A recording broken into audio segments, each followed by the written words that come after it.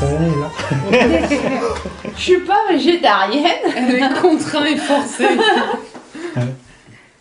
Donc Jeanne aussi, il a dit qu'elle mangeait, Ouais. qu'elle était végétarien. Jeanne aussi est végétarienne. Moi, je suis végétarienne qui mange quand même encore du poisson. Je mange plus la viande. Et qu'est-ce que tu manges comme poison? Poisson? Ah, du poison? Poisson ou Ah oui, du poisson avec 2 S. D'accord. Quelle est la différence entre un poisson et un animal? Ah mais Fait, viande de c'est juste que le poisson, je le digère et que la viande, je la digère pas. Ok. C'est pas une question de choix mental. Ouais. Tu dis que tu gères. Ah oui, je digère. Ouais, ouais. Mais après, la question que je me suis posée, est-ce qu'il n'y a pas...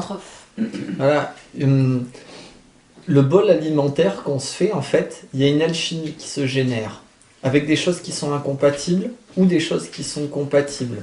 Oui. Et nous, ce qu'on constate, c'est un ressenti, un phénomène. Et l'importance, elle n'est pas plutôt dans un premier temps d'arriver, j'aurais pas dû dire plutôt, d'arriver à dire je prends cet aliment-là, qu'est-ce qu'il fait en moi? Mais si je fais un mélange d'entrée, je n'ai que l'information du mélange. Ah oui. Oui. Et donc j'ai quelque part une information de seconde main. Parce que je peux pas savoir la part de chaque chose en fait dans ce que il se passe dans mon estomac. Et en plus, il y a le paramètre de la vitesse à laquelle je peux évoluer. Ou d'une semaine sur l'autre, il y a une chose, je peux pas la manger parce que je suis dans tel état d'esprit. Parce que il se passe un phénomène particulier dans ma vie. Et il y a un autre moment, ben, la même chose finalement, je vais la passer sans aucun problème. Ouais. Ce qui s'appelle manger en conscience. Ce qui s'appelle manger en conscience et même avant préparer en conscience. Oui, bon, ça va avec. Ça va avec. En conscience de quoi? Mais en conscience de tout. La conscience de ce qu'on perçoit, par exemple, dans l'assiette, le fait de l'amener dans la bouche. En fait, être conscient de tous les ressentis par rapport à ce qu'on ingère et qu'est-ce que ça fait dans notre corps. En fait, c'est la conscience du ressenti corporel. Ok. D'accord. Tu manges quoi alors? Quelle est ton alimentation? Moi, c'est cétogène. Ok. Mm. Donc toi, en fait, nous, c'est cétogène aussi. Hein. Cétogène, oui, cétogène, mais justement, comme je m'écoute, pas une cétogène, comment dire, extrémiste. C'est-à-dire que moi, j'ai conservé ma pomme. Oui. Voilà. J'ai conservé mon ou mes carrés de chocolat dans la journée. Et puis, il y a des moments où je peux ne pas du tout manger de chocolat ou pas du tout manger de pommes. Mais en fait, j'écoute. Voilà. Intéressant. Puisque moi, j'ai démarré en faisant l'inverse. Ah oui. C'est-à-dire, je me suis privée de plein de choses. Ah Mon ouais. prédateur est revenu à la charge et j'ai fait des boulimies de fruits. De chocolat, non, parce que ça m'écœure, mais de fruits, parce que là, je suis frugivore d'origine. Enfin, mes mémoires, en tout cas, mon prédateur, il a vraiment... Enfin, je sais pas si c'est mon prédateur, je suis pas encore très claire là-dedans. Frugivore. Et pareil, hein. En tout cas, mes mémoires de famille, enfin, quand je suis arrivée dans la famille, mon père, il greffait des arbres dans toute la montagne pour faire des fruits partout.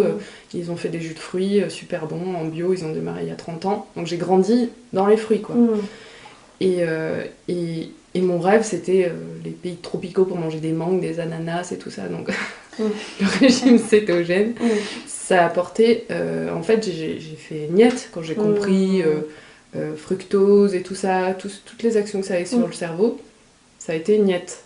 Ça partait de quelque chose de logique, d'une observation, sauf que mon corps n'était pas en adéquation avec ça. Et c'est pour ça qu'après, ça a été trop rude, donc mon prédateur est revenu à la charge. Et là, ce qui se passe pour moi, c'est que, par exemple, de temps en temps, je me prends là, quelques fraises, et je me fais super plaisir gustativement. Mais tant qu'il y a un petit degré de privation, c'est sûr que mon prédateur est revenu. Donc c'est intéressant ce que tu dis.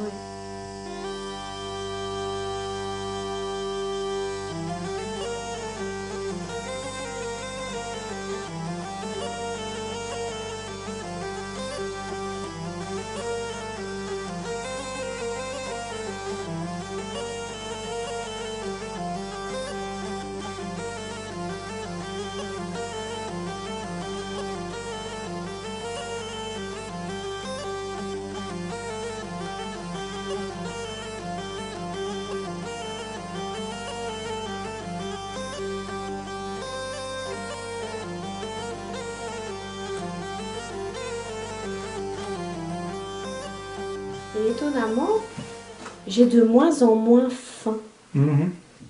Et j'ai l'impression que je pourrais passer une journée sans manger et sans me sentir fatiguée pour autant. C'est bizarre, hein. Par exemple, là, pour l'instant, je fais que 2 repas. C'est-à-dire J'ai toujours adoré les petits déjeuners. Donc, je conserve toujours mon petit déjeuner, mais mode céto, que je vais manger par exemple à 11h. Et après, je vais seulement manger un repas du soir avec protéines, enfin légumes, choses comme ça, et puis graisse qui va avec. Mais depuis que j'ai déjà décomposé ma journée en seulement 2 repas, et ben quelquefois j'arrive le soir, je pense même pas à manger. Et par contre, je peux pas me passer de boire. Alors ça, par contre, le liquide, voilà, j'ai l'impression que petit à petit, le liquide va remplacer la matière. De boire quoi? De l'eau, des tisanes. C'est logique. Je croyais, ok. Oui, de boire. Pour autant, malgré mon régime cétogène, je m'accorde un verre de bon vin rouge de temps en temps. Parce que ça, c'est pareil, ça me fait plaisir. Voilà. Donc chacun a ses petits trucs, ces petits trucs pour les repas. Et, oui. Non, vas-y, fini. Et tout cela. En fait, nous deux, on mange quasiment la même chose. Sauf qu'il y a quand même déjà une différence. En fait, c'est tout simplement pour dire que chacun d'entre nous a une façon particulière de manger. Cette façon particulière, même si on a certains une orientation cétogène, d'autres une orientation cétogène plutôt paléo, d'autres des végétariens. En fait, chacun mange en fonction de sa génétique. D'où est-ce qu'elle provient cette génétique?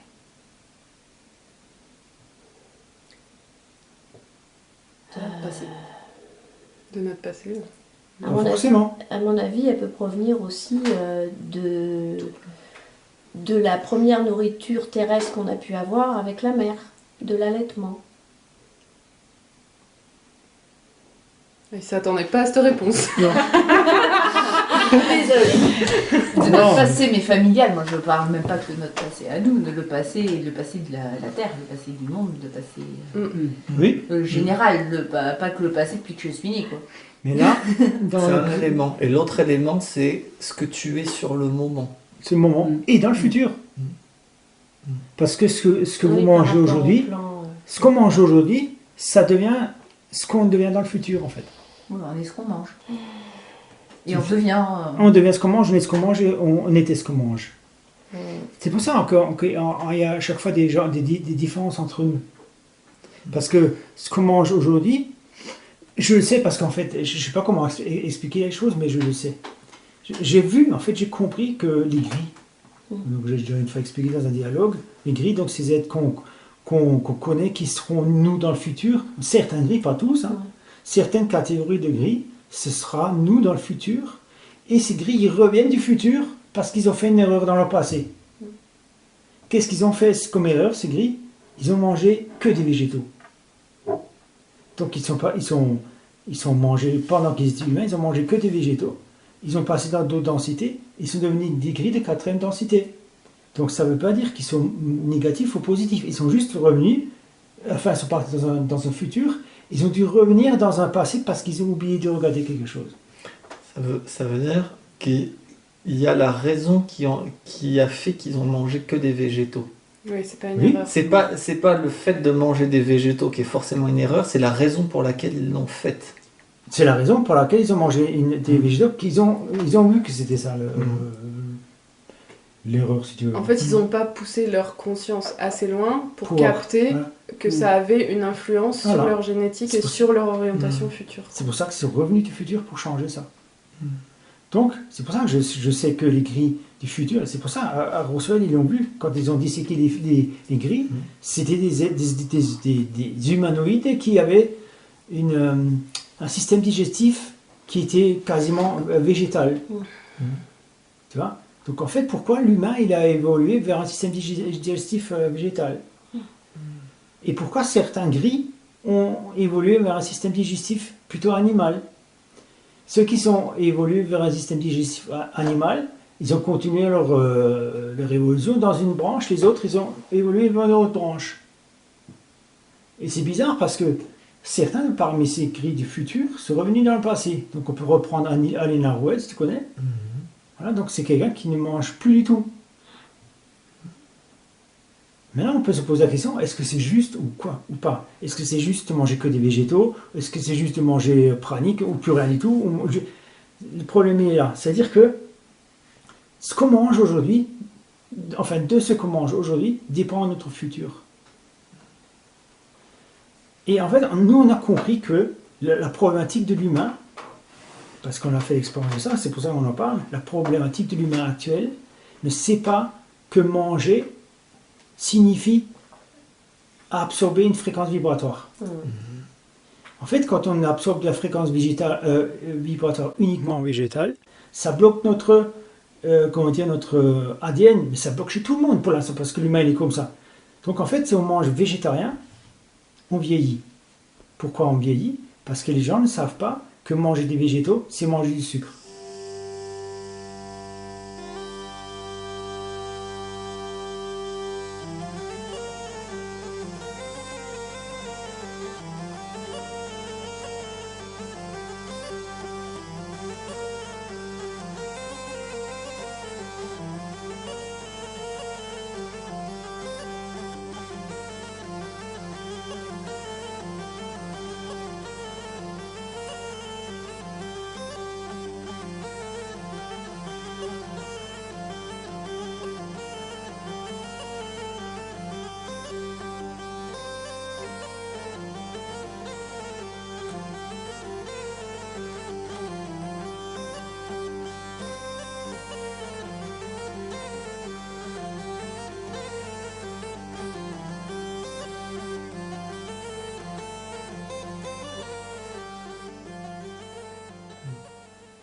Donc, le sucre, nous l'avons expérimenté, le sucre, c'est le produit, le pire poison qui existe pour l'humain.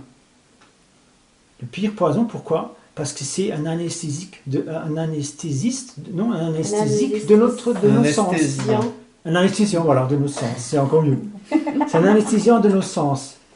C'est-à-dire que le sucre bloque tous nos sens, enfin la majorité des sens, parce qu'il y en a qui développent les sens par un autre moyen. Il agit comme une morphine qui vient se mettre sur les récepteurs. Tu vois? Donc c'est pour ça que moi j'étais végétarien 10 ans, et en fait j'ai eu une prise de conscience, c'est ce qui m'a poussé à remanger de la viande. En fait, ça va plus loin, j'ai trouvé les documents, etc. quoi. Mais j'ai compris ça, qu'en fait il y a un problème. Je commençais à tomber malade, je commençais à avoir de l'hypertension, j'ai commencé à faire une hémiparésite, etc. J'ai eu des gros problèmes parce que je mangeais végétarien. Et pourquoi? C'est pas le problème du végétarien pur, la problématique. C'est qu'on associe la viande avec un sucre. Donc la viande et un végétal, ça veut dire la viande avec un sucre. Attends, végétarien, il n'associe pas la viande avec... Non, moi, je mangeais... Oui. Ah, j'ai compris le problème du végétarien. Non, moi j'avais mangé à l'époque de la viande avec du sucre, donc avec des végétaux. Oui. Donc c'est ce que mange tout le monde, tous les gens, ils mangent des patates. Régime omnivore, voilà. basique qu'on peut croiser partout. Le régime omnivore basique, enfin, il y en a tellement des régimes omnivores. Si tu manges des pâtes avec de la viande, c'est poison, parce que les pâtes, c'est du sucre, c'est du sucre lent, et la viande, c'est des protéines. Les protéines et les sucres, ça va pas ensemble. Ouais. Ça fait pas bon ménage. Et toutes les céréales, c'est glucides plus. Voilà. Les légumes, c'est fructose. Enfin, quand tu parles légumes, tu inclus tous les fruits en fait, parce qu'il y a les légumes verts qui ont moins de glucides. Donc c'est très difficile de parler de ça parce qu'il faut bien comprendre que, bon, bien sûr, dès qu'on fait une nuance, donc les fruits, les légumes, les céréales, tout ce qui contient des sucres et des oses, tous les oses, c'est-à-dire toutes les sortes de sucres, c'est un poison à partir du moment qui sont associés à la viande. C'est ça le problème. Et je rajouterais à partir d'un certain seuil, d'un certain gramme de glucides. Oui, ok, bien sûr, mais là pour l'instant je parle de global, c'est vrai. Donc effectivement, quand on comprend ça, on comprend pourquoi l'humain ne peut pas évoluer. Il ne peut pas changer de densité parce qu'il ne sait pas que son corps, il n'est pas fait pour mourir. Le corps humain n'est pas fait pour mourir. Dans le temps, les corps humains, on connaît Mathusalem et tous comment on appelle ça, les gens qui sont devenus très vieux, qui ont vécu des centaines d'années. Le corps, il n'est pas fait pour... Même notre corps actuel, il peut vivre 400 ans sans problème. S'il était libéré de tous ces poisons. Mais il est tellement empoisonné qu'il ne peut pas.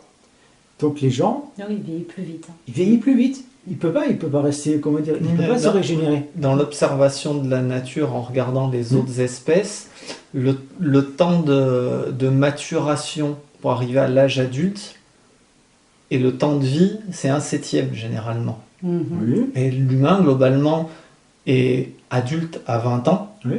Donc, minima, 140 ans. Oui. Et on en est loin. Ouais. On en est très loin.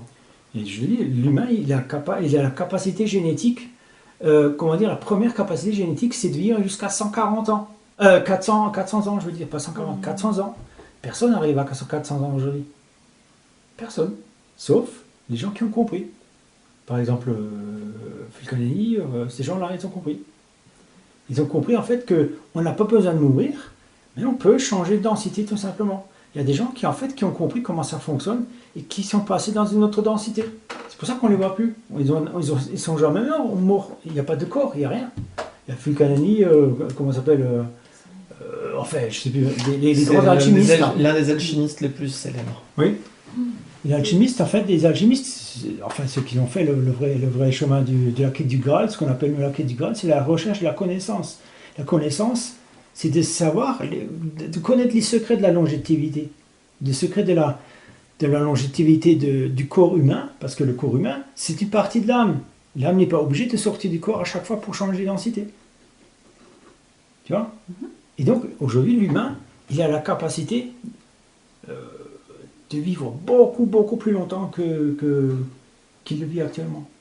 Et en fait, cette capacité vient du fait que la télomérase se remet en marche à partir du moment qu'on ne mélange plus la viande avec les sucres.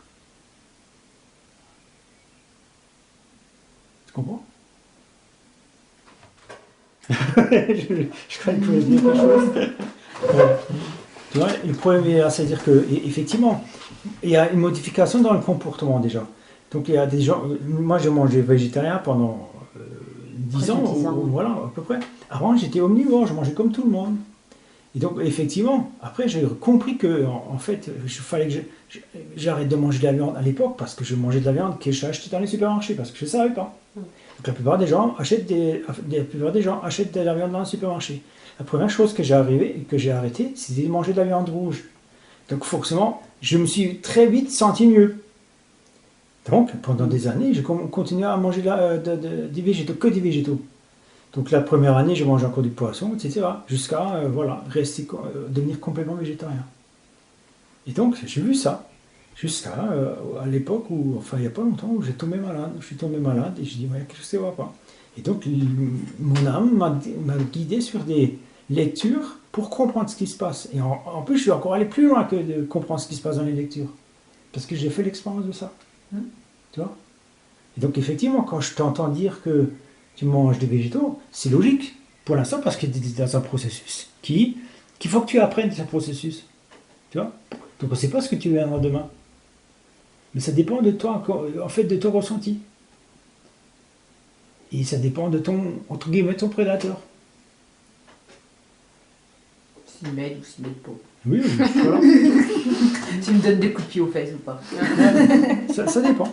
Oui, c'est le processus est en cours. En Oui. fait, ce que Lydie a vécu, ce qu'elle nous a expliqué tout à l'heure, ce qu'elle a vécu avec la viande, en fait, il y a un schéma alimentaire qui ne correspondait plus. Oui. Elle passe à un schéma qui maintenant correspond. correspond. Il va correspondre le temps nécessaire. Voilà. Et après, Le temps de la transformation. et derrière, là où c'est intéressant, c'est qu'on s'est retrouvé sur un schéma alimentaire qui aujourd'hui, en fait, n'est plus le même. Non.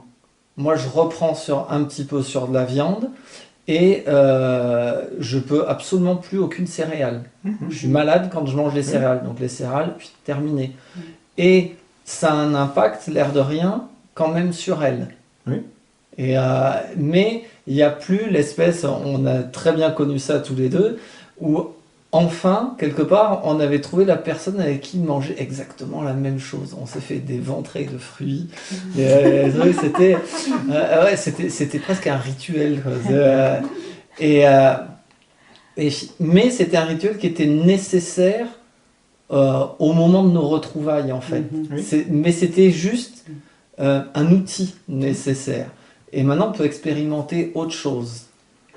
Et vraiment faire ça par rapport au ressenti de nos corps. On a 2 corps. Pour l'instant, on a 2 corps, donc il y a 2 gestions de corps différentes à faire. Parce que c'est important de comprendre, c'est que c'est la transformation d'un comportement, même si c'est un comportement alimentaire, le comportement relationnel, le comportement, n'importe quel comportement, ça induit un changement dans la génétique. Donc ça induit un changement dans notre conscience. Notre conscience crée la gravitation, donc notre conscience crée la réalité. Cette conscience, notre réalité change notre conscience. En fait, on s'adapte à la réalité qu'on crée. Donc si on adapte notre conscience à la réalité de manger végétarien, on devient végétarien. Si on adapte notre conscience à manger de la viande, on devient carnivore. Mais le but, ce n'est pas de devenir végétarien ou de carnivore, c'est le but de comprendre le processus qui se passe à l'intérieur. Qui se passe à l'intérieur, dans les cellules, en fait, dans l'épigénétique. C'est pour ça qu'on avait rencontré une femme qui fait ça, l'épigénétique. L'épigénétique, c'est une partie de notre génétique. Dans le temps, on appelait ça la 13e hélice de l'ADN, parce qu'on a 12 hélices. Et l'humain, normalement, il doit avoir 12 brins d'ADN. Et l'humain actuel, il n'y a que 2 brins d'ADN. Donc, Jeanne, il a handicapé. Oui, en fait, les anciennes générations, ils ont 2 brins d'ADN. Mais dans la nouvelle vie, ils auront 12 brins d'ADN. Parce que moi, pratiquement, ça fait 78 ans que je suis végétarienne. Voilà. Et que j'en suis bien. Oui, c'est logique parce que les anciens cycles, en fait, on pourrait prendre notre cycle actuel. Il y avait des millions d'années où l'humain, il évoluait comme ça, donc d'incarnation, de réincarnation. Mais là, maintenant, on va commencer à monter la vague. La vague, c'est le bout final. C'est-à-dire que là, on arrive à un processus où l'humain, il va accélérer, sa transformation intérieure beaucoup, beaucoup plus rapidement. Donc les jeunes qui vivent aujourd'hui, ils vivront encore plus rapidement les transformations, beaucoup plus vite que nous encore. Et peut-être que c'est fini déjà, je ne sais pas. Mais en fait, nous, notre génération, enfin, moi, même je suis encore plus ancien que ça, je ne sais pas quel âge on a en fait. Mais en fait, moi, pendant longtemps, j'ai mangé omnivore, puis un petit bout de végétarien, puis encore un bout plus petit de cétose. En fait, c'est-à-dire les changements sont apparus dans ma vie actuelle au moment du début de la vague. En fait, le début de la vague, c'est aujourd'hui. En fait, on est à la vague aujourd'hui, et puis bientôt, il y aura le sommet de la vague, et puis voilà, on changera de densité. Parce que quand on regarde une vague, elle monte, puis en fait, après, elle retombe, mais pas au même niveau, c'est toujours pareil. Mais il y a ces vagues successives, et on s'est dit, quelque part, on veut dire, t'es de quelle génération, t'es de quelle vague. Et avec Lydie, on s'est aperçu que nos changements, en fait, sans se concerter, se sont passés en même temps. Et on est de la même vague, en fait. Et les choses ont monté pareil. Toi, tu as senti cette vague qui t'a amené là, puis après, là, t'as pris la vague qu'on a pris nous, tu l'as pris à un autre cran par rapport à celui que tu étais à ce moment-là. Oui, bien sûr. Alors, chez moi, que ça n'a jamais changé, pourquoi? Mais parce que c'était l'ancienne génération. La gène et ration. Une génération, ça veut dire une ration de gènes. Une ration de gènes, ça veut dire une partie des gènes. Parce que je me trouve bien comme je suis. Ok, pas de souci. Pas de souci. Mais en fait, tu seras encore amené à mourir. Ah ben oui. Pas pour tout le monde. Oui. Moi, je ne serai plus amené à mourir. Je vais faire la transition de mon vivant. Donc, il y a beaucoup de gens qui le feront par un décès. En laissant leur corps et en prenant un nouveau corps. Et d'autres qui vont passer avec leur corps. Ah, d'accord. Et en fait, c'est pour ça qu'on travaille sur notre génétique par le biais de l'alimentation, parce que c'est là une des clés qui permet, avec d'autres clés, qui permet justement de faire ce basculement avec le corps physique. Mhm. Bien sûr, on n'a pas de preuves, mais nous, on le sait intimement. Parce qu'on l'a déjà vécu. Donc, Mais on est toujours en train de mourir. tout le temps. Pendant des vies et des vies, on est mort. Psychologiquement, quand on Aussi. comprend Il y a quelque les chose, deuils, quand on devient lucide, s'il y Voilà. a quelque chose qui est mort, pour qu'on voit quelque chose de nouveau. Voilà. Donc on est toujours en train de mourir. C'est ça. Nos cellules meurent. Oui. On vieillit parce que normalement elles devraient se renouveler Oui. Normalement, et qu'on oui. n'arrive pas à les renouveler. C'est exactement ça ce que je dis. Et c'est ça le vieillissement. Voilà. Et le vieillissement vient de la manière dont on mange. Et parce qu'on mange du sucre qu'on vieillit. Oui. C'est ça le truc. Et c'est les croyances. Oui, en fait, le sucre. Alors Après, dans après, il tous y a un les fruits, il y a conditionnement. du sucre. Il y a un conditionnement, C'est c'est pour normal Dans de tous vieillir. les trois Ça me quarts fait de légumes, il y a du sucre. Oui, c'est pour ça qu'on mange plus de Donc fruits et il légumes. faudrait manger que de la viande. Oui, non, doucement, Non, doucement. surtout Faut pas. pas aller Non, trop non. vite. Faut pas aller trop vite dans ce sens. Ben non, j'essaie de comprendre. Ouais. Ben, on va essayer de faire doucement parce que c'est difficile à comprendre. Oui, Oui, justement. oui. Donc déjà, je reviens toujours à nous, hein, parce que c'est plus Mais facile à expliquer puisqu'on bien le dit. sûr, Hein. c'est ce qu'on sent qui est valable. Donc moi j'étais végétarien pendant un bout de temps, c'est-à-dire que je reprends mon schéma, depuis mon enfance jusqu'à 40 ans. 40 ans, voilà. Là, j'étais omnivore, c'est-à-dire que je mangeais de tout comme tout le monde. Hein. Oui. Donc ça fait 40 ans. Hein. Et là, pendant 10 ans, j'étais végétarien, donc Oui. 50 ans. Et maintenant, ça fait 2-3 ans qu'on est cétogène, c'est-à-dire qu'on a arrêté de manger légumes, fruits, enfin tous les fruits, tous les légumes, tous les céréales, tous les fromages, tous les laitages, tout ça, fini. On mange juste encore un petit morceau de viande Oui. et un peu de légumes. Point. Pour la journée. Pas n'importe lesquels, sans doute. Déjà. Oui, Ah, oui. et justement, pas n'importe lesquels. En fait, le problème, c'est que, enfin, pas le problème, nous, on mange que de la viande élevée par un éleveur, même pas bio, mais un éleveur conscient. C'est-à-dire que les animaux sont élevés dans une ferme. Comment dire, La le personne gardien, est très en lien avec il est ses très lié animaux. aux animaux. C'est-à-dire qu'il y a même des éleveurs qui dorment la nuit avec leur animal qu'ils vont abattre le lendemain. Pourquoi? Bon, pour les plantes, c'est pareil. Hein. Nous, on ne mange plus de végétaux qu'on achète dans les supermarchés. On l'achète au bio ou par des gens qui ont leur propre jardin. Donc ça veut dire que ce sont des plantes et des animaux qui ont vécu, en fait, qui ont une fréquence vibratoire beaucoup plus élevée que dans les abattoirs. Hein. Ça n'existe pas. Voilà. Donc en fait, c'est comme les anciens, les peuples anciens, ils tuaient leur animal dans la savane ou dans la brousse ou dans la forêt, n'importe, pour manger, point. Et ils ne faisaient pas par le plaisir, ni pour l'argent, ni pour le commerce, ni rien, quoi. Donc c'est ça qui est important à voir. C'est-à-dire que on doit manger juste ce qu'on a besoin. Ah, ça, Et c'est en d'accord. qualité. Ça, je suis Et tout à fait d'accord. en bonne qualité et Mesure. Hein? C'est ce qui est dans les dialogues avec l'ange, c'est quand il parle de se nourrir avec mesure. C'est exactement ça. Ouais, Avec parcimonie, avec frugalité. C'est-à-dire qu'on réduit la quantité alimentaire de la journée à très peu de choses. Donc, On peut renvoyer aussi les gens sur Thierry Casasnovas, là, les 3 vidéos qui sont super Ouais. intéressantes, où il insiste vraiment sur le fait que sur la frugalité, ouais. voilà, sur le fait d'écouter et que Peut-être. les gens ils cherchent à faire être ci, être ça, mais le premier gros problème c'est qu'on mange vraiment en quantité énorme En abondance, et qu'on ouais. s'écoute pas en fait. Bien sûr. quoi. Parce que quand j'étais gamin, je mangeais des grosses assiettes de choucroute. Hein. Et oui, Aujourd'hui, ça, c'est des La choucroute, hein, des C'est comme frites, nous, on voilà. mangeait des pizzas.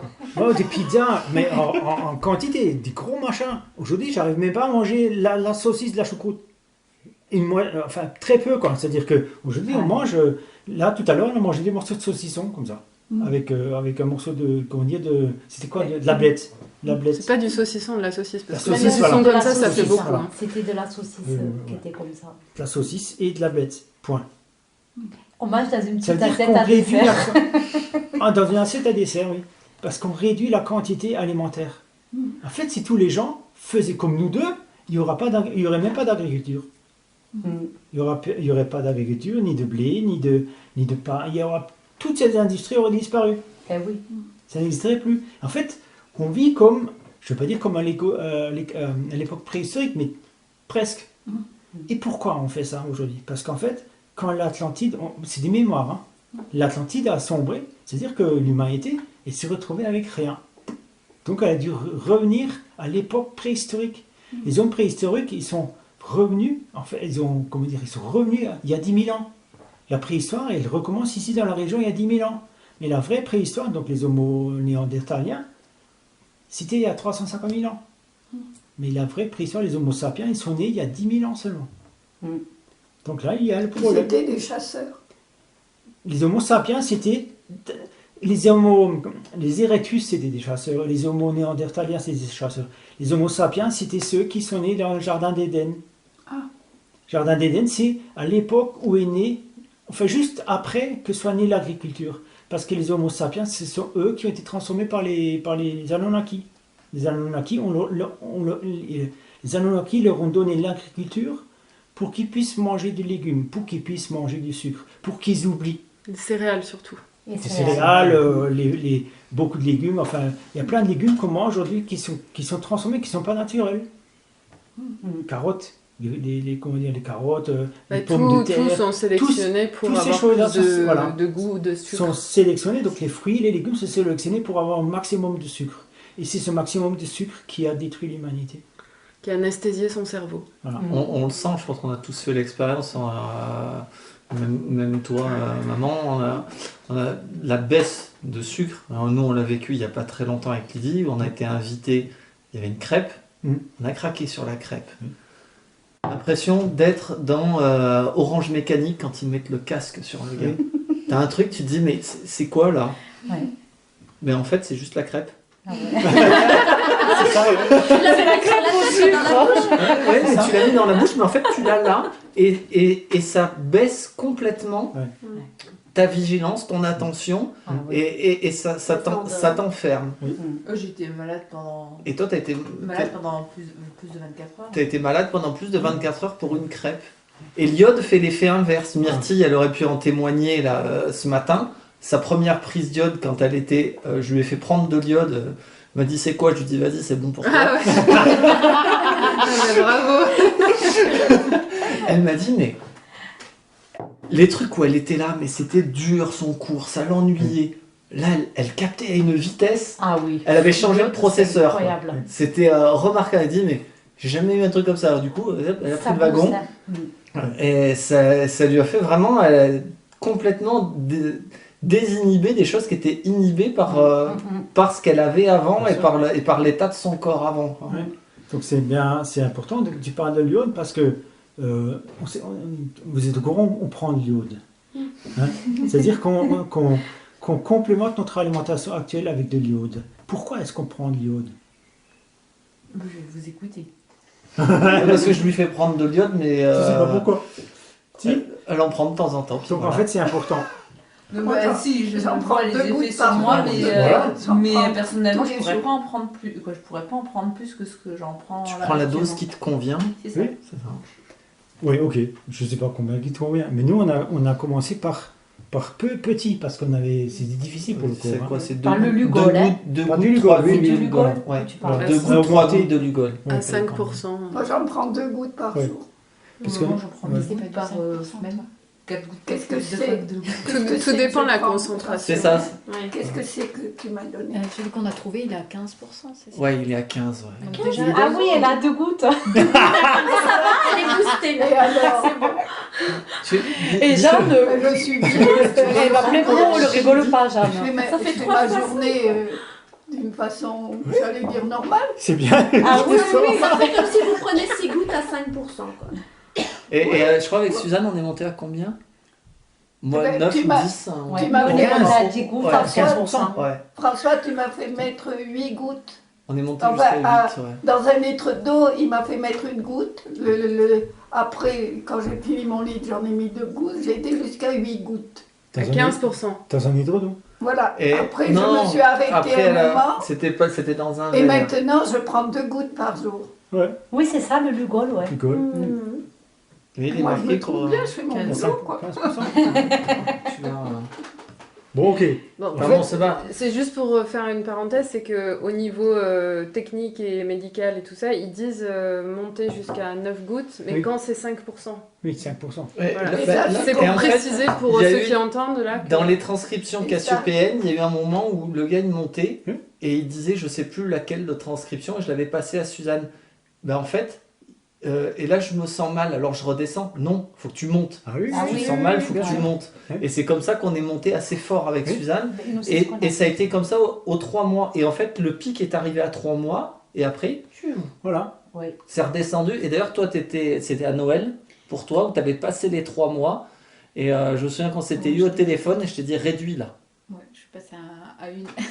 Oui, oui, oui. Mais parce que tu avais été au-delà des 3 Oui. mois de la cure en fait. C'est pour ça Mhm, que je l'importance pense, de la oui. cure, c'est de pousser En fait, on le ressent dans le corps. Hein. On Oui, ressent c'est quand ça, Le c'est prédateur, très il... on ressent dans le corps quand ça suffit, parce que le corps il demande jusqu'à saturation, si tu veux. Oui. Donc nous on a fait 12 gouttes à 5%. Donc ça correspond à ce que vous avez fait, même plus vous avez fait. Hein. Ah oui, ça fait Et beaucoup. moi, mes 2 gouttes par jour, alors. Non mais Oui, ça c'est bien, ça rassurera fait beaucoup. ceux qui n'osent ben, pas. Dans les endroits, les Ils doses sont en cas pas d'attaque en cas d'attaque nucléaire, c'était 48. Donc je me suis dit, on a de la marge. Oui. 48 gouttes par jour. Non, On mais, peut- mais on peut- des gouttes de quoi en Ah, des gouttes de pourcentage, gouttes à 5. Pourcentage. Là, celui-là, ils te disent par goutte, tu as 7,6 mg. Oui. Oui, ça fait 3 fois plus que 5%, donc Voilà. c'est pas mal. Non, mais je dis ça, je précise pour ceux qui écoutent Voilà. le film, de bien se renseigner sur les pourcentages Ouais. et après d'être bien à l'écoute de ce qu'ils ressentent. Et c'est ce C'est qui compte, surtout c'est ça vraiment, qui est c'est vraiment, important. c'est vraiment un chemin personnel de connaissance de ce qui se passe dans le Ouais. corps. Moi, je suis C'est ça. bien. Ouais. Dans mon végétarisme, Bien je sûr. suis très bien. C'est comme moi. Ben voilà. J'ai dit tu en prends. Moi je t'ai dit moi je sens pas et j'ai pas fait. Bah oui, c'est Non. important que ça parte de soi. C'est super ça part de important. toi. Et ouais. Là, Mais de toute je t'ai façon, donné l'information, t'en fais ce que On tu en ne peut veux. faire les choses Que que quand quand on sait. Quand on a l'information. Oui. Mm. Parce que, comment dire, on peut être bien. Moi, il y a plein de choses où je suis bien. Jusqu'au moment où un jour j'ai une nouvelle information. Et puis là, après, mon âme me dit ah, ben, il est temps de changer d'orientation parce que tu as autre chose à expérimenter. Parce que ben, tu n'es pas complète encore. Et quand je dis je ne suis pas complète, c'est que mon ADN, il n'est pas entièrement réparé. Et l'ADN, il ne se répare pas parce que je veux le réparer. Il se répare parce que à chaque information, ben, j'applique l'information qui vient et j'expérimente dans mon corps. Et je ne reste jamais dans, Les acquis. dans les acquis, j'allais dire, dans la suffisance de mon Mm. Dans la prédateur. rigidité. Parce que mon prédateur lui me fait croire, mais c'est beau, mais c'est bien, pas de problème. Et puis en fait, pas de problème. Je dors tranquillement, quoi. Mhm. Et il est là, le traquenard.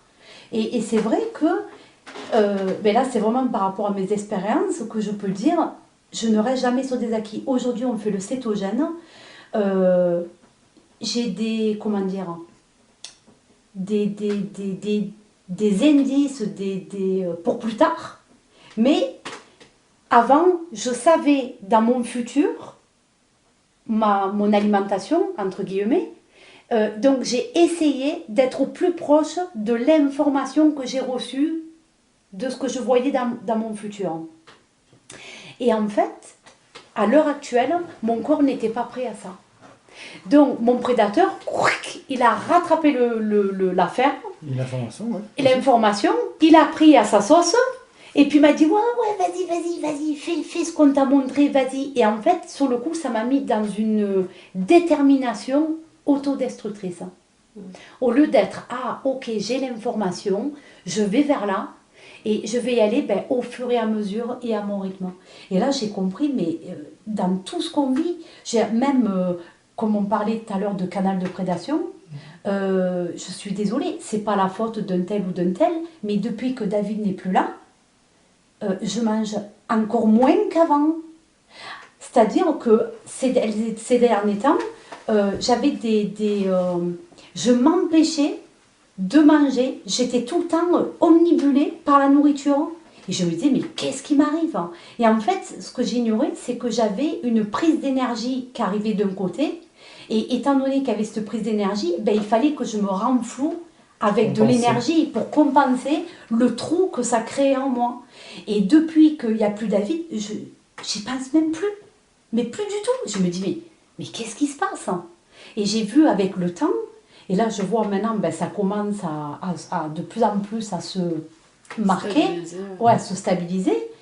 Je me rends compte que cette obsession que j'avais, ben, elle est partie. Ça veut dire que j'ai vraiment rompu un conduit de prédation, un canal de prédation. C'est comme Laura Knight, dans ce que je lisais tout à l'heure, qu'elle disait, ben, après qu'il soit parti... Que Franck soit parti. Oui, après que Franck soit parti, ben, en fait, ça fait 10 ans qu'elle souffrait malade. et que là, d'un coup, elle allait mieux, beaucoup mieux, que toutes ces années d'avant. Exactement. Donc, il y a quelque chose qui se passe quand on détecte ce canal de prédation et qu'on a le courage de dire stop. Et là, maintenant, je vois à peu près ce qui va se passer au niveau de l'alimentation dans un futur plus ou moins loin, mais il n'y a plus là, je le sais, et j'y vais tranquillement. Et depuis que j'ai accepté ça, ben, je mange vachement moins. Réduction de viande animale, j'en mange, mais je suis plus autant... Il y a eu un moment où j'ai eu besoin de remanger de la viande, parce que j'étais végétarienne pendant à peu près 5 ans. Et quand j'ai remangé un morceau de viande suite à toutes les informations, parce que c'était le moment pour moi de remanger de la viande, quand j'ai mangé de la viande, mes cellules, alors là c'était vraiment les cellules qui me disaient mais merci, merci, merci. Et ça m'animait tellement tout mon être, mais je me disais mais comment ça se fait? Parce que moi je me disais mais je mange végétarienne, c'est une bonne chose. Et c'est vrai, c'est ni bien ni mal, tout est expérience. Tout est expérience. Et là, aujourd'hui, je mange de la viande, mais pas autant qu'au début, quand on a commencé pour être en cétose. Là, par contre, on a vraiment... ton corps avait besoin d'un rééquilibrage. Ah, ben il avait surtout besoin d'une bonne désintoxication, tu vois. Donc là, on a mis le paquet, mais c'était vraiment zéro sucre. J'aimerais savoir, quand vous avez arrêté de manger de la viande, si ça a été un raisonnement et un effort. Alors, manger de la viande avant d'être végétarien, non, c'était... Enfin, pour moi, en tout cas, c'était naturel. Attends, d'arrêter de manger de la viande, c'était naturel. Autrefois, avant d'être végétarienne. Hein. Oui, c'est bien ça. Oui, j'avais un appel intérieur. C'était pas... J'avais plus envie, ça me disait rien. Alors, je mangeais pas, de temps en temps, je mangeais une tranche de jambon. Mais alors, dès que je voyais de la viande rouge, ça, je pouvais plus. Alors que quand j'étais enfant, je mangeais des steaks tartare, donc de la viande crue, avec l'œuf cru, le steak tartare. Et en grandissant, ben, je pouvais de moins en moins. Donc je suis vraiment devenue végétarienne naturellement. Et quand j'ai eu les informations que mon corps, mes cellules, mon ADN avaient besoin de remanger de la viande pour pouvoir se reconstruire, et une fois construit, j'allais pouvoir basculer dans autre chose. Mais ça n'a rien à voir avec je vais faire ça, je vais faire ça. Ça, il y a du contrôle derrière. Tandis que là, c'est des informations que j'ai reçues qui m'orientent progressivement. Là, pour mes nouvelles informations, pour mon futur à venir, je sais à l'intérieur de moi ce qui va être bon pour moi, mais c'est pas pour autant que là, maintenant, j'y cours. Je n'ai pas fini ma réparation. Et tant que je n'ai pas fini ma réparation de mon ADN, je continuerai à manger de la viande. Parce que je sens que mon corps y réclame. Par contre, il ne réclame plus du tout les mêmes quantités. Ça s'est réduit. Mais il a fallu que je passe par cette phase un petit peu... j'étais affamée de viande. J'en avais besoin, mais c'était... le fauve qui avait besoin de son, son morceau. Et quand qui avait été tenu en laisse pendant très longtemps. C'est ça, oui, c'est exactement ça. Oui, ça avait été mais je suis tout à fait consciente, aujourd'hui je peux entendre... C'est pas naturel d'avoir cessé. Voilà, oui. Et aujourd'hui je suis tout à fait capable de comprendre et d'accepter. Si on me dit... Parce que vous êtes plus privé. Oui, exactement. Et vous pouvez faire ce que vous voulez. Oui. C'est ce qu'on appelle dompter la partie prédatrice, parce que la partie prédatrice... La période végétarienne, vous avez été privé. Oui, c'est ça. Sans m'en rendre compte. Oui, en fait, j'ai privé mon prédateur de manger ce que lui, il avait besoin. Mais j'ai compris que ce prédateur, il est dans mon ADN. Et lui, le prédateur, il fait ce basculement avec moi. Et pour qu'il fasse ce basculement avec moi, il faut que je le sustente tout en avançant, en comprenant ses besoins, en respectant ses besoins. Et j'ai compris ce qu'étaient ses besoins quand j'ai commencé à comprendre ces densités, les différentes densités et les règnes. Et quand j'ai compris qu'en fait, il y a toujours un règne au-dessus de l'autre et qui va se nourrir des règnes en dessous. Des densités, en fait. Des densités inférieures. Et c'est comme ça, c'est la vie. Et là, je me suis dit, ah ouais, en fait, j'ai compris que mon âme m'a fait expérimenter le végétarisme. Ça ne veut pas dire que plus tard, je ne vais pas remanger. Je n'en sais rien. Je ne fige rien. Là, pour le moment, j'écoute ce que mon âme me dit. Mon âme me dit, tu as besoin de réparer ton ADN. Occupe-toi de ça. Et depuis que j'ai commencé cette chose-là, déjà, j'ai une réceptivité avec mon prédateur qui, aujourd'hui, c'est vrai, j'ai un prédateur, mais j'ai aussi, parce que je connais une partie de mon âme, et qui est une très grosse partie d'ailleurs, qui est Amasutum, qui est reptilienne. Et cette reptilienne, c'est celle qui vient du futur. Je sais. J'ai un prédateur, mais cette reptilienne-là, quand je parle de la Masutum dans nos écrits, pour moi, c'est pas elle qui a l'emprise sur moi. Au contraire, elle m'apparaît, elle me donne des infos, et c'est elle qui m'informe du monde prédateur. Elle m'informe de ce qui se passe en 4e dimension. C'est elle, densité. C'est elle qui me donne les informations et elle me communique à travers ces gènes qui m'habitent. Elle me communique les informations de ce qui se passe dans les densités prédatrices et non prédatrices. Et aussi, dans ma génétique, j'ai un prédateur qui n'est pas la Masutum. Et c'est ce qu'on est en train de plus en plus à découvrir, c'est qu'avant, je croyais que j'étais simplement humaine. Après, je pensais qu'il n'y avait que les histoires de karma, donc les vies passées, voilà. Maintenant, j'ai compris qu'il n'y a pas que ça, il y a d'autres dimensions et densités qui s'imbriquent dans ma réalité et qui en fait habitent mon ADN. Et cet ADN-là, je me dois de le réveiller pour pouvoir connecter avec ces autres parties de moi. Parce que c'est ça que me demande mon âme.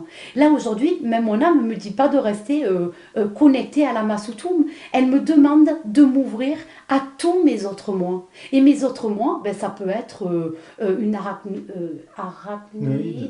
araignée, voilà.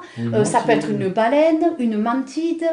Et tout ça, c'est dans mon ADN. Mais pour le moment, je n'ai pas les clés qui ouvrent ces portes-là. Et pour les ouvrir, ces portes-là, je suis obligée de suivre un processus. C'est pour ça que mon âme m'a demandé de réparer ma génétique. Et pour réparer cette génétique, il fallait absolument que je travaille avec les reptiliens, ma partie prédatrice intérieure. Et ma partie prédatrice intérieure, c'est celle qui a faim. C'est celle qui a faim de viande. Et aujourd'hui, tellement je fais un travail avec cette partie reptilienne qui est en moi, ben de plus en plus, je commence à avoir accès à d'autres réalités. Et là, j'ai compris que c'est ça. Les reptiliens, les faux dieux, ils ont donné l'alimentation pleine de sucre pour endormir justement nos capacités. Et nos capacités, normalement, c'est d'être tous nos moi en une seule entité. C'est pour ça qu'on s'est éparpillé à faire des enfants, à faire des mini-moi de partout, parce que l'âme, elle est passée par tous les moyens pour se reproduire avec, entre guillemets, je ne vais pas parler d'espoir, mais en émettant la possibilité qu'il y ait une âme parmi elles qui va s'éveiller. Moi, plusieurs fois, j'ai senti qu'en intégrant un autre moi, je sentais d'autres moi qui mouraient. Et ils mouraient pourquoi? Parce qu'ils naissaient à travers moi. Et en fait, sur le coup, j'ai dit, ah ouais, j'ai compris pourquoi les autres dimensions, on va être moins. Parce qu'en réunissant tous mes moi, c'est exactement ça. Parce qu'en réunissant tous mes moi, ils sont là, ils n'ont plus besoin d'exister ailleurs. L'âme, elle se complète. C'est pour ça qu'on appuie beaucoup dans nos expériences de vie au niveau de l'alimentation, parce qu'on sait que c'est un point crucial. Et pour illustrer un peu le fait que c'est une alimentation qui paraît, enfin qui est, comment on dit, Drastique. ouais, drastique, strict, mais qui tient en compte aussi les besoins du prédateur, comme tu parlais, ben voilà, moi je m'autorise ma pomme et tout ça, et plutôt que de dire ah je m'autorise rien, puis après c'est des excès, comme moi j'ai vécu, et ben il suffit d'aller voir les recettes sur le réseau Léo, et vous verrez dans les recettes en fait, il y a plein de choses, donc en fait il y a des personnes, bah, comme Genaëlle dit, qui peut se restreindre à ça et ça, mais il y a aussi plein de trucs où on peut se faire plaisir gustativement, et en fait on fait plaisir au prédateur aussi, pour que le prédateur il soit pas dans frustré. Que ce soit pas la guerre, quoi, que ça maintienne pas une guerre, mais qu'il y ait une évolution ensemble, et donc il y a aussi une richesse de saveurs, il y a vraiment voilà, c'est pas Toi, le fait que je te fasse ton pain a changé, t'as vu les effets que ça avait sur ta digestion en partie. Et que le temps j'en suis très contente. Et dans la façon dont, quand moi, où je suis absent, ou alors au niveau de mon planning, j'arrive pas à te donner le pain, quand tu as remangé du pain de céréales, tu as revu les effets qu'il y a eu derrière. Oui, tout à fait. Je suis tout à fait d'accord. Parce que nous aussi, pareil, on fait notre pain, on appelle ça du pain cétogène. C'est avec des graines de lin, de la farine de coco, voilà. Et je me rends compte de ça, mais jamais de ma vie, quand je mange aujourd'hui, et je vois mon prédateur, il est content parce que je ne le prive pas. Je ne le prive pas. Et je ne veux plus le priver, parce que je le fais souffrir, et lui, souffrant, après il me fait chier. Tu lui donnes de la force quand tu fais C'est exactement ça. Et en fait, j'ai tellement souffert de ça, de ma rigidité, parce que quand j'ai une information, moi, il faut que j'aille au but. Je passe pas par 4 chemins. Et le truc, c'est que là, il me disait, s'il te plaît, va pas trop vite, parce que t'es en train de me... Enfin, mon prédateur, hein, il me disait, t'es en train de me tuer, quoi. il faut qu'il Et s'adapte. c'est pas le but. C'est pas le but de le tuer, parce que d'aller trop vite, on se brûle les ailes. Je vais vous raconter une dernière de mes expériences par rapport au régime alimentaire, où normalement je suis cétogène. Et un soir où j'étais de sortie avec des amis, j'ai craqué sciemment pour manger une baguette bien fraîche. Et franchement, j'avais l'impression de... Comment dire ? Je sais même pas si je l'appréciais vraiment, mais c'était comme si d'un seul coup j'avais été désintoxiquée d'un shoot, et puis là on me proposait de nouveau un shoot. Mais alors je me suis empiffée une baguette entière. Hein. Mais oui, à faire, on peut pas faire à moitié. C'est ce que dit Lydie, le sucre à la fin d'un repas, quand tu es dans une alimentation comme les enfants, hein, en fait tu as encore faim. Ah oui. C'est Lydie qui m'a fait découvrir ça. Ah oui. Et vraiment on va dire, en fait tu as encore faim. Et aujourd'hui, un truc dès qu'il y a sucré, la dose. C'est exactement, c'est la dose. Il te faut ta dose. Ah, oui. Et ce que tu dis là, c'est complètement alors, pareil. Par contre, mon corps, lui, il a réagi à ça. C'est-à-dire que le soir, ou c'était plutôt le lendemain, j'étais ballonnée, mais alors pas bien du tout, avec des aigreurs d'estomac. Des bons proutes. Pourtant, non, pas trop les proutes, mais vraiment, au contraire, si j'avais ça des proutes, ça aurait été voilà, mais vraiment fermenté, hein. Avec un bide comme ça. C'était les levures qui avaient fermenté, ouais. Alors là, franchement, j'ai fait l'expérience de moi-même, en fait. Oui. C'est pas mon mental qui m'a dit comment expliquer ça, j'ai pas fait quelque chose parce que c'est la mode ou parce que non, j'ai expérimenté et j'ai vu ce que ça occasionne à mon corps, et pour autant j'avais le souvenir de ce goût que j'ai toujours apprécié de la baguette bien fraîche.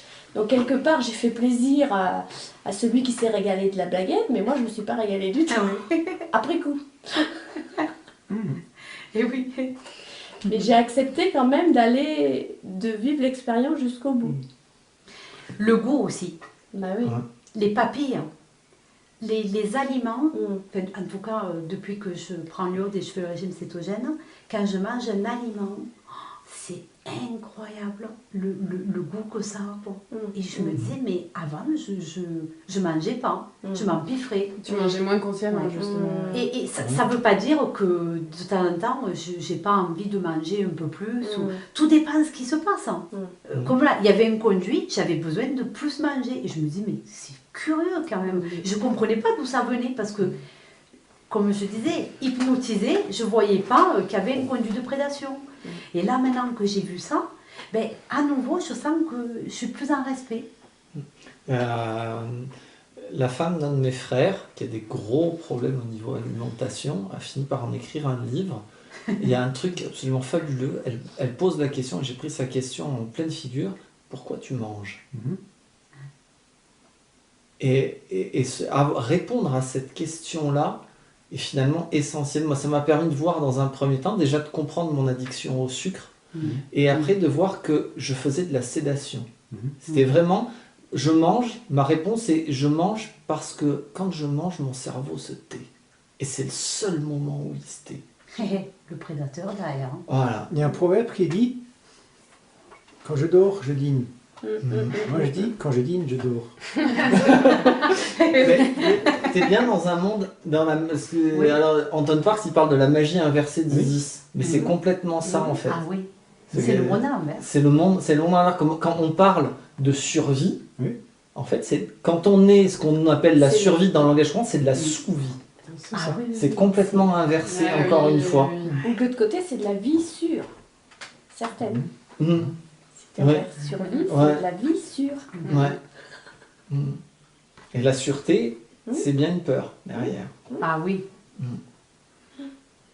Et donc en fait, t'es pas vivant. D'où l'importance, c'est pour ça qu'on parle beaucoup de prédation. Parce que c'est lui qui, principalement, quand on ne connaît pas son existence, il gère nos vies au doigt et à l'œil. Je pense que ça, alors, avec ce qu'a dit Marielle, Suzanne, elle a quelque chose à nous partager sur son expérience cétogène et les conséquences, enfin ce qu'elle vit. Déjà pour reprendre avec ce que tu disais juste avant, moi je travaille dans un milieu où c'est en maison de retraite, donc ils vivent pour manger. C'est quasiment leur dernier plaisir. Ça, Et avec beaucoup de pathologies, avec des prédations, il y en a à toutes les portes. Donc j'avoue que le soir, quand je rentre, j'arrive plus à... C'est très dur de contenir ce truc de manger. Et ça fait partie peut-être des choses qui me posent problème en ce moment, où j'ai vraiment du mal à pas être ballonnée, tout ça, malgré le fait de faire attention, quoi. La deuxième chose que j'ai aussi mis en rapport, c'est les habitudes liées à l'enfance. Où, par exemple, après le repas, on avait toujours le petit quelque chose, surtout en sucrerie. La petite gâterie. Tu finis ton repas et tu cherches la petite gâterie. Et là, c'est le prédateur à fond. Le petit réconfort, quoi. Et voilà. J'ai vraiment du mal avec celui-là. Ah oui. On a réussi avec la fève de cacao, au moins ça passe. Ah ouais, la fève de cacao, on m'a fait passer la petite sucrerie après le repas. Ah oui. C'est ma sucrerie. Et c'est quasiment que du gras. Ah oui. De toute façon, moi j'ai toujours dit, le sucre appelle le sucre. Et ça, et gamine, ma mère me disait ça déjà. Donc j'entendais en fait ce que j'avais besoin d'entendre. Mais après, c'est le sucre, moi après le repas, c'était quoi, c'est quand ça m'arrive encore, c'est des moments où je suis pas bien dans ma vie, où il y a besoin d'un confort, et voilà. C'est la douceur. Oui, bien sûr. Et ça sert à rien de se mettre des tartes à ce moment-là, c'est le cas de le dire. mais en fait, moi je vois dans mon côté rigide de vouloir appliquer à 100% un truc, alors que en fait c'est un cheminement. Et du coup, ce que je comprenais, c'est que par exemple, quand j'ai eu un coup d'émotion, moi c'est mon cacao au lait. Donc en fait, il s'est transformé le cacao au lait. c'est devenu un cacao avec le cacao en poudre 100%, de la stevia et puis un peu de lait de coco ou des d'amandes diluées dans l'eau. Et je suis toute contente avec mon cacao parce que je me le permets, je le permets à mon prédateur et c'est juste les ingrédients qui sont transformés. Et il y a le côté saveur sucrée. Et du coup, c'est pour ça qu'on se permet de se faire des desserts aussi parce que, en fait, cette habitude-là de avoir dans la journée un petit moment où je prends mon carreau de chocolat qu'on fait, tu vois, aussi avec la stevia, la crème, la graisse de coco et tout ça, bah, ça fait un super carreau de chocolat, on peut se mettre des noisettes grillées dedans. Bah, c'est génial, et en fait on fait plaisir à qui ? Bah, au prédateur, mais comme on disait, le prédateur il vient avec nous, donc en fait, pas après pas, voilà, et je sais que moi si je veux le priver d'un coup, bah forcément il va me le faire regretter vraiment grave, quoi. Et alors que si je l'accueille, comme tu dis, bah ok, moi je m'autorise ma pomme, puis quand j'en ai pas envie, bah je la prends pas, bah c'est cool. Et ben voilà, ça c'est le cheminement. Ces petites ruses, pardon de les appeler ruses, elles ont tout leur intérêt. Moi je le vois avec les garçons. Quand je leur fais des boules de coco, alors ce qui était appelé bounty. Bounty, j'ai pas le moule, alors je fais des boules de coco. Mais en fait, ils les adorent. Et généralement, après ça, ils vont me demander moins de sucre. Et en fait, c'est tout en douceur. Ça vient de la graisse aussi. La graisse les nourrit. Ça relève les saveurs. La graisse les nourrit. J'ai quand même mis une quantité de sucre qui n'est pas... j'en avais fait pour Lydie et moi, et j'en avais fait pour les enfants. Et finalement, elles sont parties. Je crois que j'aurais pu me mettre à l'usine, à la cuisine. Mais d'un autre côté, ça a été une bonne piste de compréhension pour voir leur fonctionnement à eux et accepter qu'ils mangent autre chose que moi. Parce que je pense que Suzanne a dû l'expérimenter aussi avec les garçons. C'est pas la peine de les forcer à manger de la même manière qu'on mange nous. Tu veux tes frites, on a de la chance, on a des enfants qui prennent très peu de bonbons, sauf quand ça leur tombe dessus, et qui boivent pas coca, machin. Bon, ils mangent des glucides, D'ailleurs, j'avais une question. Si vous faisiez une différence dans les recherches que vous aviez fait, moi j'ai peut-être mal cherché, ou j'ai pas accordé le temps nécessaire, différence entre sucre et glucides. Parce que en regardant, quand j'ai commencé à regarder les compositions des aliments, il y a marqué glucides dont sucre. Je me dis c'est quoi ? En fait, c'est la différence entre un stick de marijuana et une dose de cocaïne, ou c'est ça ? Les sucres rapides et sucres lents. Je crois que c'est pas loin. C'est ça, d'accord. C'est pour voilà, c'était. J'ai pas donné la réponse. C'est la différence entre sucre rapide et sucre lent. D'accord. Donc quand ils te disent glucides dont sucre, c'est en fait il y a ça de sucre lent et ça de sucre assez lent. Et sucre c'est rapide. Parce que les glucides c'est les sucres qui sont transformés, quoi. Ok. Enfin, est-ce que je me trompe ? En fait, c'est la même drogue. Enfin, c'est pas tout à fait la même drogue. C'est une drogue, mais elle est qui est ultra rapide. Disons qu'il y en a une, les sucres normaux, pas les glucides, ils vont te faire monter ton index glycémique d'un coup. Alors que les glucides, de suite. Alors que les glucides, ça va être plus dans le temps. Moi j'ai une question.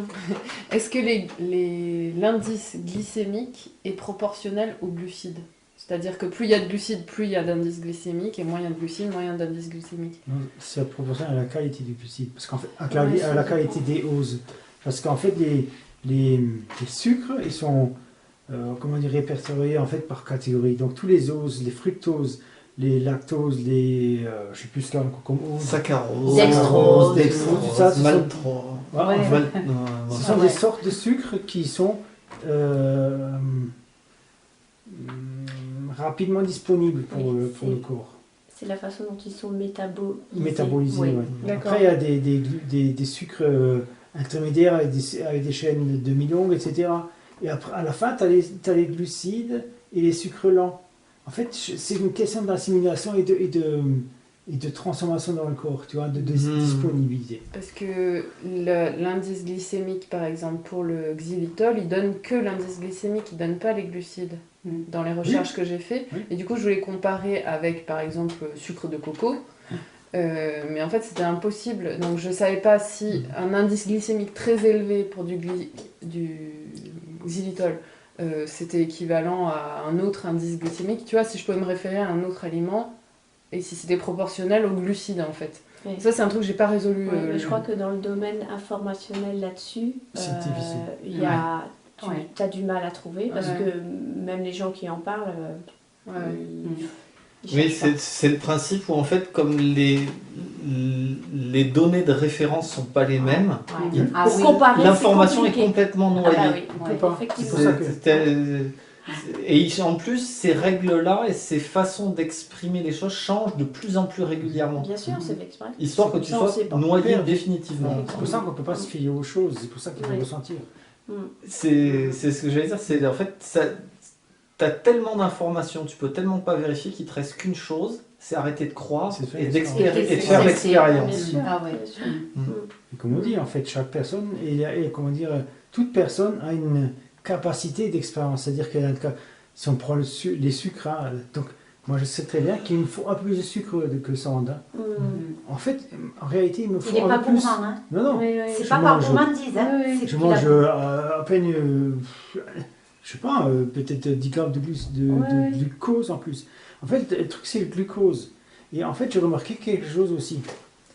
Quand je travaille beaucoup pendant l'écriture, quand j'écris, quand je suis connecté à mon entre-soi, ça veut dire que le cerveau il travaille beaucoup.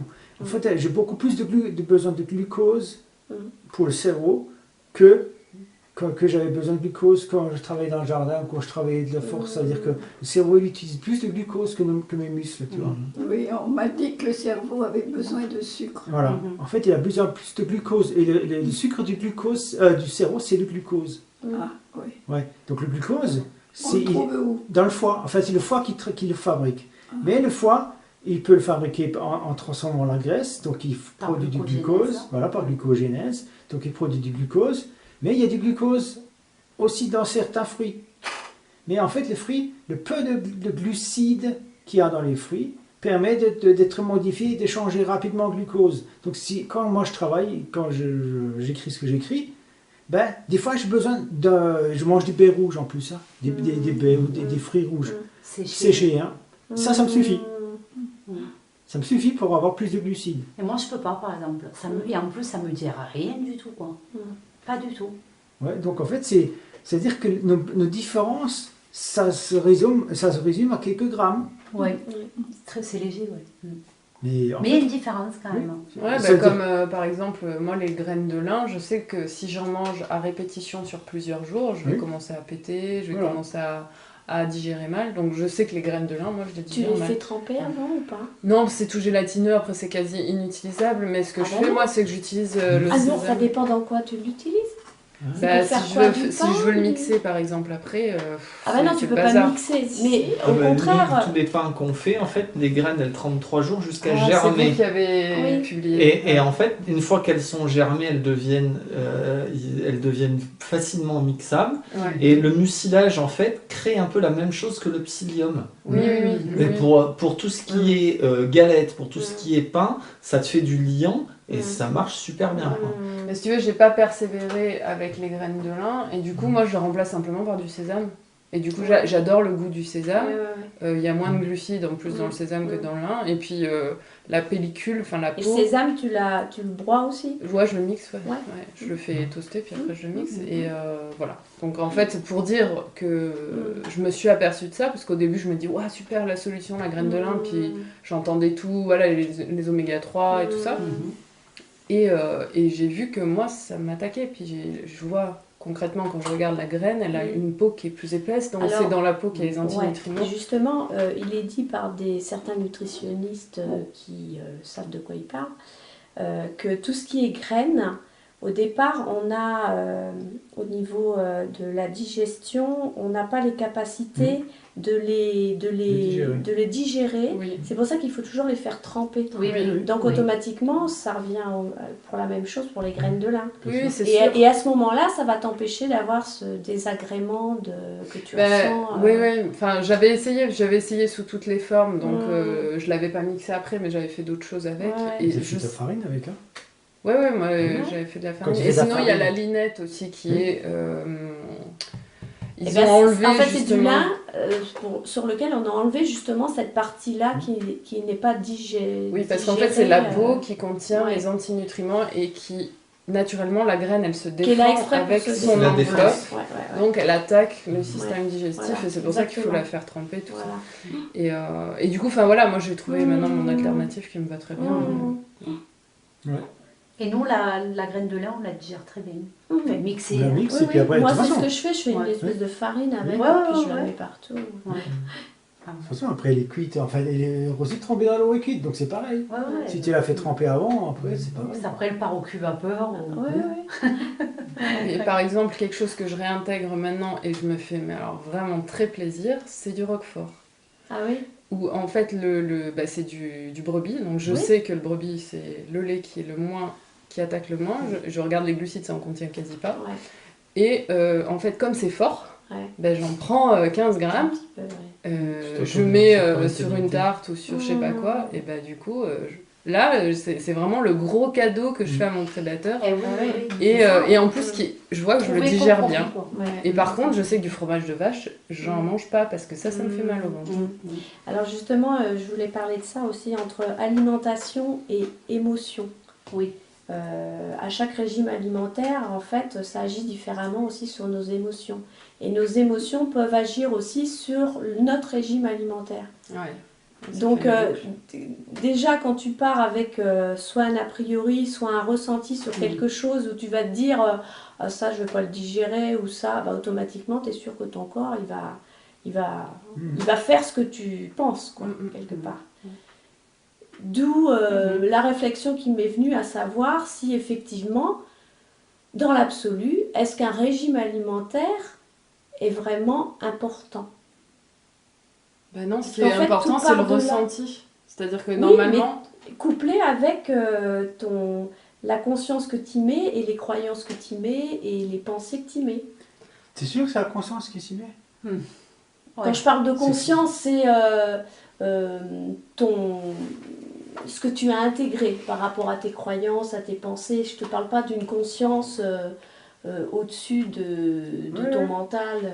C'est pour ça que je te pose la question. En fait, on croit souvent qu'on a conscience des choses, alors que la vraie conscience, elle nous dirait c'est faux, quoi. En fait, on a conscience en fait, la vraie... On a le droit d'avoir conscience. Voilà, en fait, ce qu'on nous autorise à avoir conscience. C'est pour ça que je voulais juste dire, par rapport à l'iode, pourquoi on prend l'iode aujourd'hui, tu vois? Parce que la plupart des gens savent pourquoi on prend l'iode. On a conscience de quelque chose. De quoi tu as conscience quand tu prends l'iode? Pourquoi tu prends l'iode, par exemple? Eh bien, je l'avais témoigné dans mon expérimentation de l'iode. La première fois que j'en ai pris, j'ai senti qu'il se passait quelque chose au niveau du corps. J'avais commencé à prendre qu'une goutte. Mais il s'est passé un tas de trucs dans mon corps quand je l'ai avalé. Au niveau de mes cellules, j'ai senti des choses qui se passaient. Et pourtant, il n'y avait qu'une goutte dans un verre d'eau. Oui. Donc là, déjà, j'ai expérimenté qu'il se passait quelque chose. Bon, je vais vous dire ce qui m'est venu en fait, c'est-à-dire que bon, déjà nous on prend l'iode parce qu'on a des informations. Donc c'est quand même les informations qui nous ont donné l'impulsion de prendre l'iode. La première information qu'on a eue, c'est que l'iode permet de contrer les effets de l'énergie nucléaire. Hein. Oui. Ben Après, oui, parce que ça permet de ne pas fixer tous les métaux lourds. Tout ça, voilà, dans notre environnement.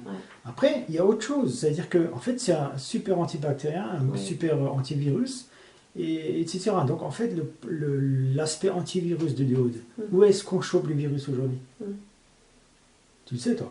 Bah, on le chope dans l'environnement. Oui, et d'où est-ce qu'il vient dans l'environnement? Bah, de tout, l'interaction. Il t'a donné un indice. D'où est-ce qu'il vient dans l'environnement? Suis ses gestes, suis ses gestes. Il y a pas mal de choses qui viennent aussi de tout ce qui se passe au niveau du cosmos, des comètes, des choses comme ça. Donc en fait, on voit souvent, pour les gens qui ne savent pas, je sais pas, on voit souvent les avions qui font des traînées dans le ciel. Là. Donc ça sont les chemtrails. En fait, les chemtrails, ils cachent quelque chose. Ils cachent l'arrivée des comètes. C'est-à-dire que les comètes, en fait, des poussières cométaires. Et les poussières cométaires, donc, il y a tout le temps des retombées de poussières cométaires qui, elles, sont porteuses de virus. Les poussières cométaires sont porteuses de virus. Tiens. Ah oui, parce qu'à chaque fin de cycle, il y a la peste noire.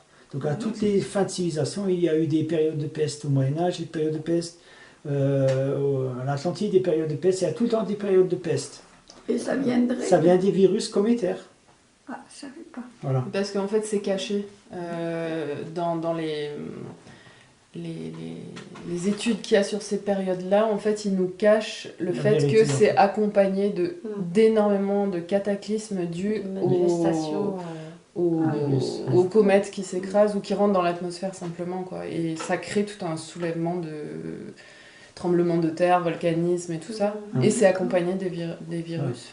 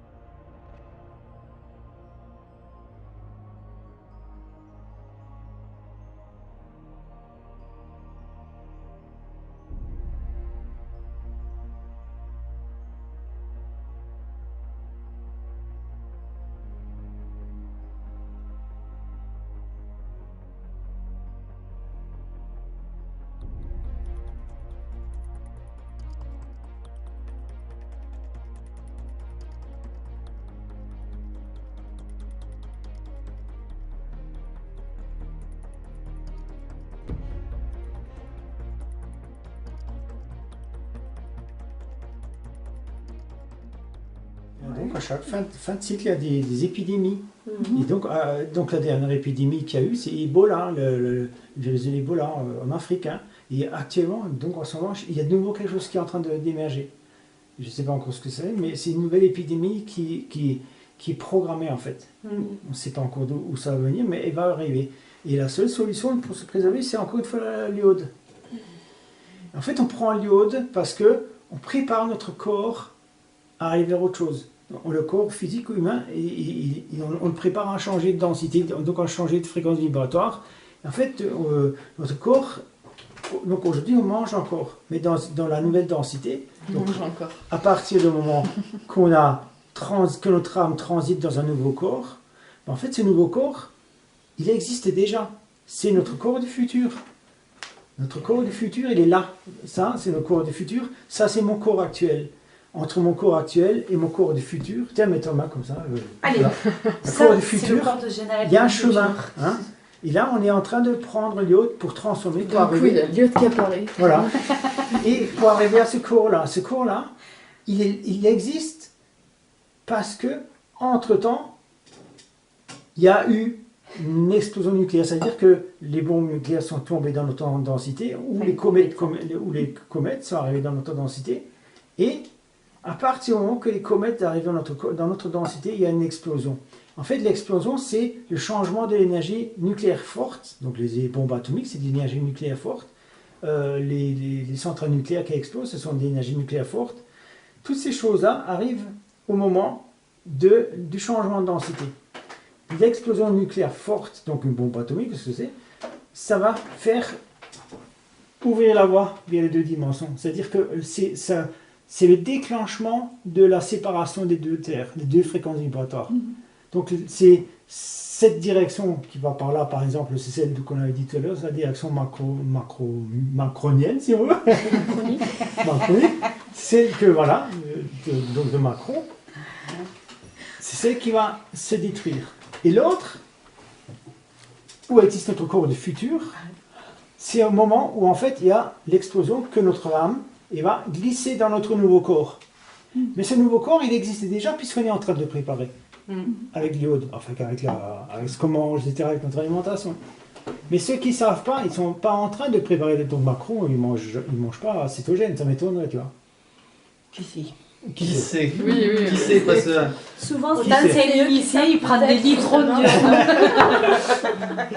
Voilà, en fait, ça veut dire que les gens qui vont dans sa direction, ce sont des gens qui dorment encore. Sa direction est-elle SDA ou SDS? Voilà. Ça donne la réponse vis-à-vis de ce qu'ils mangent. Voilà. Ben oui. Donc effectivement... Donc on sait ce qu'ils mangent. Voilà.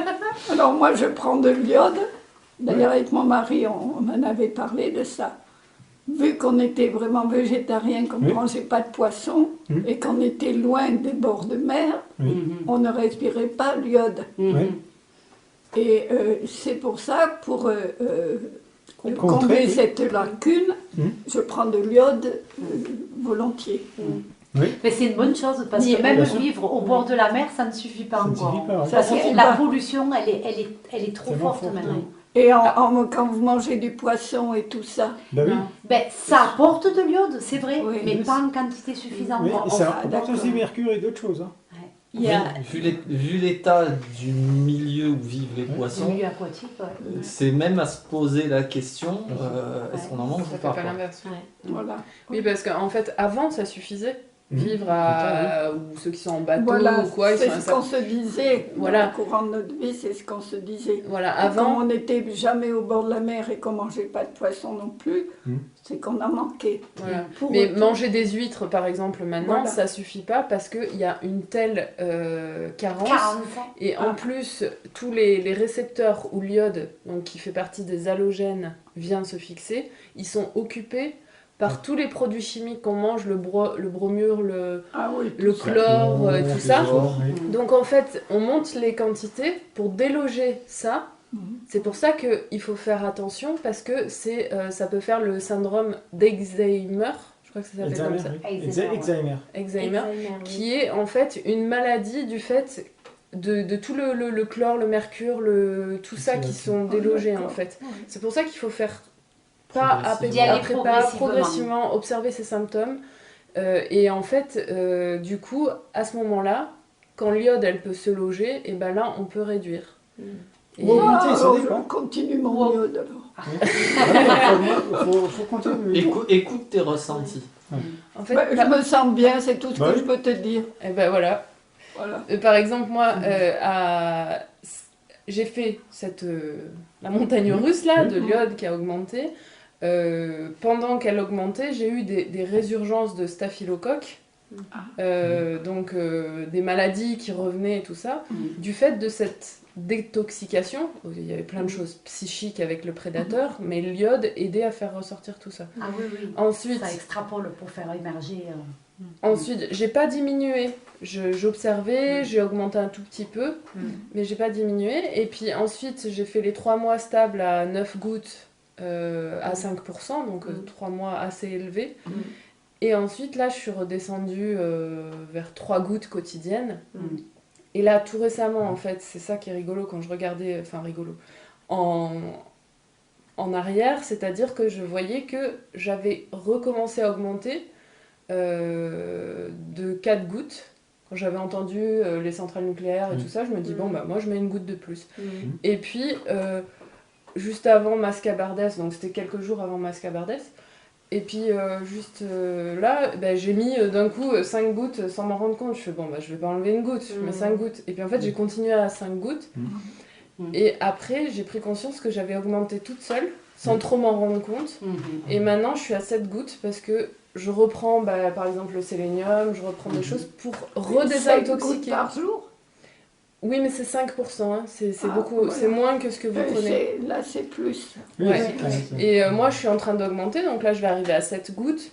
Et en fait, du coup, c'est vraiment quelque chose que je ressens et ça s'est fait naturellement. Et je reprends en fait cette courbe de redésintoxication forte parce qu'en amont, il y a aussi la prise du prédateur qui était là et j'avais besoin...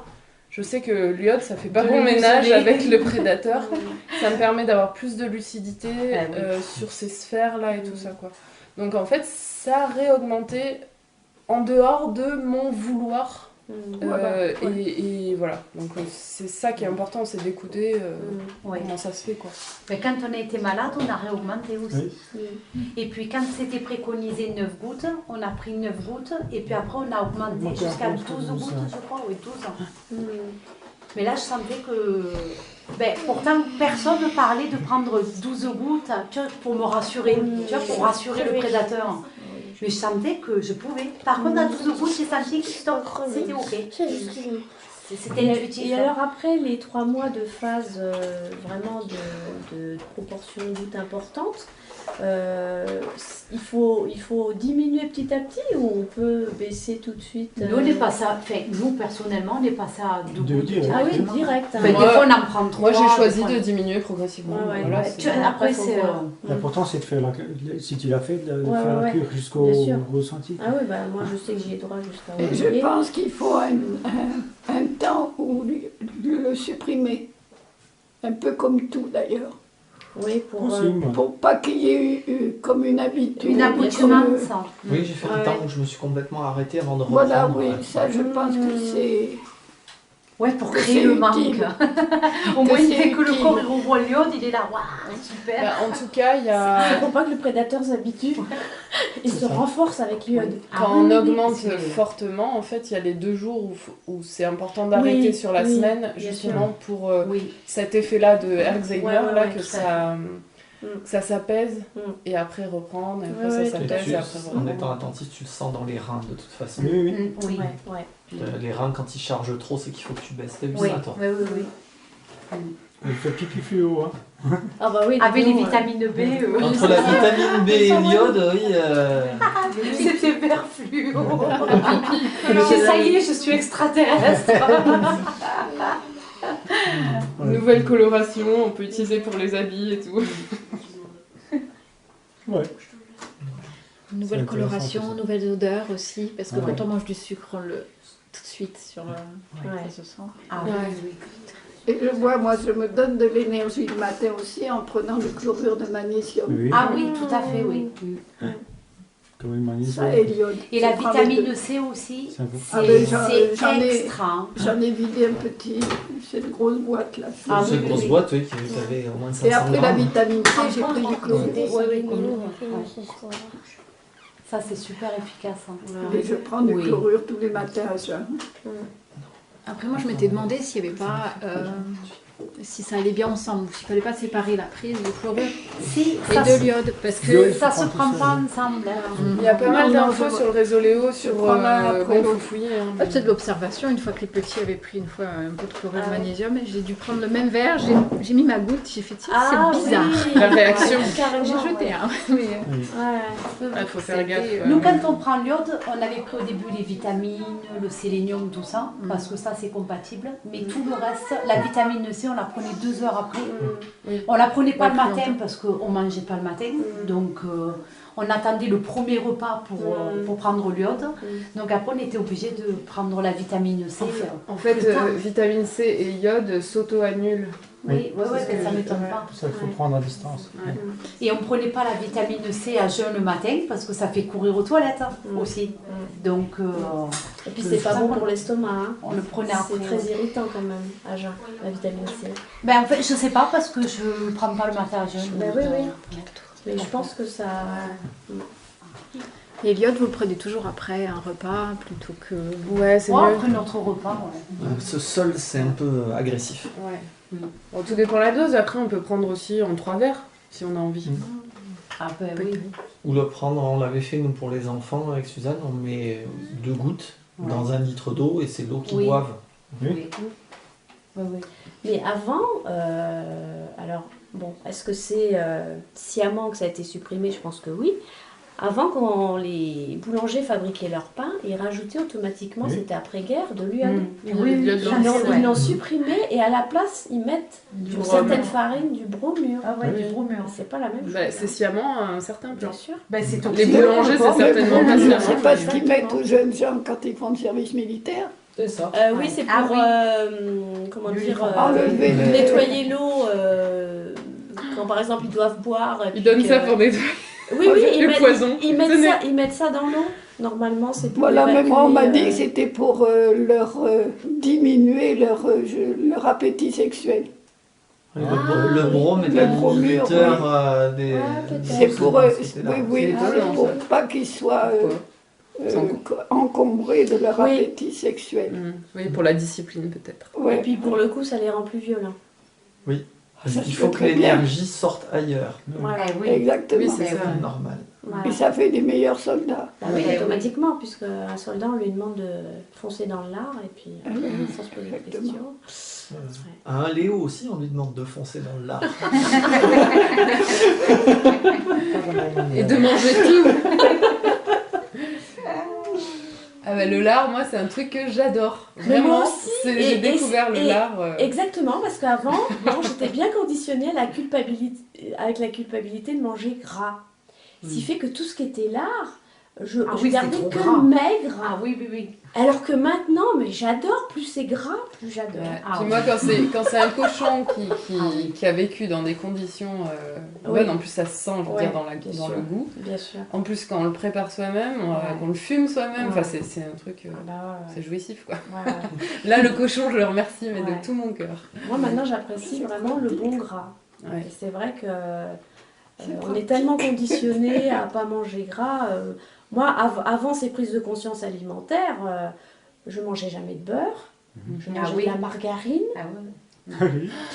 Et ouais, pas de sucre, Alors que maintenant, je suis réconciliée avec le beurre. Et alors par contre, le beurre, même le beurre bio, ça c'est suite à une émission que j'ai vue qui m'a vraiment ouvert les yeux aussi. Le beurre bio, ça veut rien dire. Il faut faire attention que ça soit un beurre qui soit cru. Parce que là, il garde tous ses nutriments. De toute façon, dès qu'il est pasteurisé. Exactement. Mais souvent, dans le bio, tu trouves de tout. Il faut vraiment lire les étiquettes et voir exactement ce que c'est comme beurre. Le bio, c'est juste une expérience pour voir en fait si une partie de la population, comment elle réagit à certains trucs. Il n'y a aucun intérêt autre que mercantile et quelque part de regarder comment réagit le cheptel. Il n'y a pas du tout d'intérêt à faire en sorte que ça soit bénéfique pour la santé. C'est de grande échelle. Mais quand tu vois que dans la réglementation bio au niveau produits à vendre, ils acceptent des produits qui ne sont pas bio dedans. Bien sûr. Ah oui. 99 bio et tu sais les 2% les plus... Non, mais de toute façon, dans les 99 bio, déjà, il faut savoir que quand c'est cultivé en bio...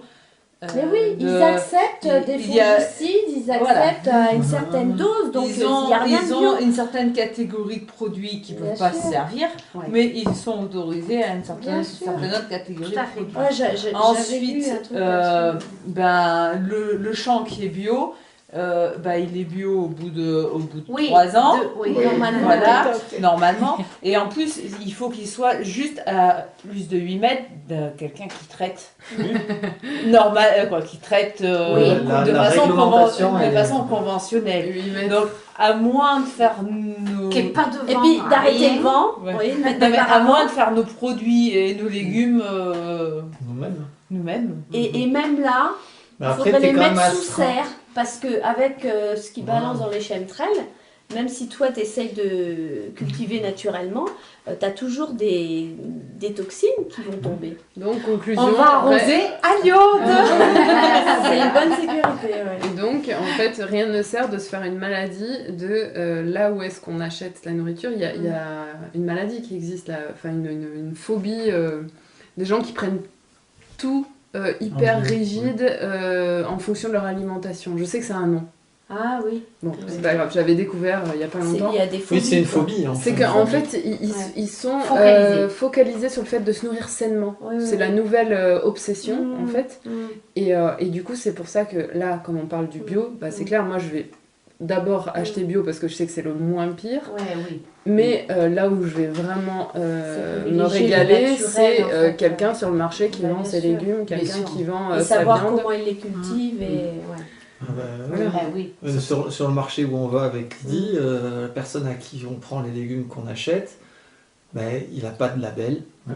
Ces trucs ils ne sont pas traités. Ces radis, ils ne ressemblent pas forcément à grand chose. Ils ressemblent à des radis. Si, ils ressemblent à des radis.